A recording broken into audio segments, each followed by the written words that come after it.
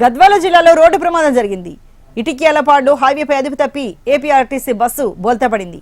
ఈ ప్రమాదంలో 20 మంది ప్రయాణికులకు గాయాలు కాగా వారిని వెంటనే హాస్పిటల్కి తరలించారు. హైదరాబాద్ నుంచి అనంతపురానికి వెళ్తుండగా ఈ ఘటన చోటు చేసుకుంది.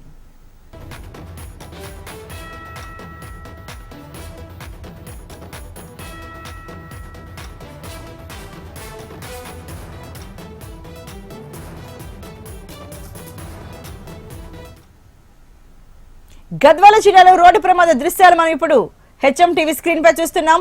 ఇటిక్యాలపాడు హైవేపై అదుపు తప్పి ఏపీఎస్ఆర్టీసీ బస్సు బోల్తా పడింది. ఈ ప్రమాదంలో 20 మంది ప్రయాణికులకు గాయాలు కాగా వారిని వెంటనే హాస్పిటల్కి తరలించారు. హైదరాబాద్ నుంచి అనంతపురానికి వెళుతూ ఉండగా ఈ ఘటన చోటు చేసుకుంది.